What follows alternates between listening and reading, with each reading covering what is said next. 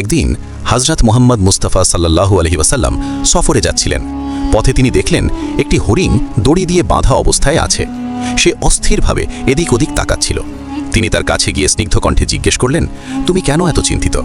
হরিণটি আর্জি জানিয়ে বলল, একজন শিকারী আমাকে ধরে এখানে বেঁধে রেখেছে। আমার ছোট ছোট বাচ্চারা জঙ্গলে আমার অপেক্ষায় আছে। আপনি যদি আমার দড়ি খুলে দেন তাহলে আমি তাদের দুধ পান করিয়ে আবার ফিরে আসব।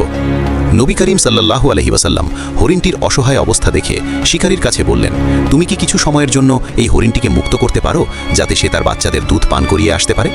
শিকারী, যে একজন ইহুদি ছিল, বিস্মিত হয়ে বলল, যদি সে ফিরে না আসে তাহলে আমার তো ক্ষতি হয়ে যাবে। নবী করিম সাল্লাল্লাহু আলাইহি ওয়াসাল্লাম বললেন, যদি সে ফিরে না আসে তাহলে আমি তোমাকে এর মূল্য পরিশোধ করে দেব। নবী করিম সাল্লাল্লাহু আলাইহি ওয়াসাল্লামের উপর ভরসা করে শিকারী হরিণটিকে মুক্ত করে দিল।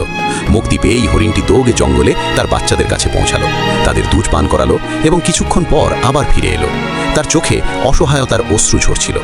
নবী করিম সাল্লাল্লাহু আলাইহি ওয়াসাল্লাম জিজ্ঞেস করলেন, তুমি কি এই হরিণটিকে আমাকে বিক্রি করবে? শিকারীর হৃদয় গলে গেল। সে আদবের সঙ্গে উত্তর দিল, আমি এটিকে আপনাকে উপহার হিসেবে দিতে চাই। নবী করিম সাল্লাল্লাহু আলাইহি ওয়াসাল্লাম মুচকি হেসে হরিণটির দিকে তাকিয়ে বললেন, যাও, তোমার বাচ্চাদের কাছে ফিরে যাও, তুমি এখন মুক্ত। হরিণটি কৃতজ্ঞ দৃষ্টিতে নবী করিম সাল্লাল্লাহু আলাইহি ওয়াসাল্লামের দিকে তাকালো।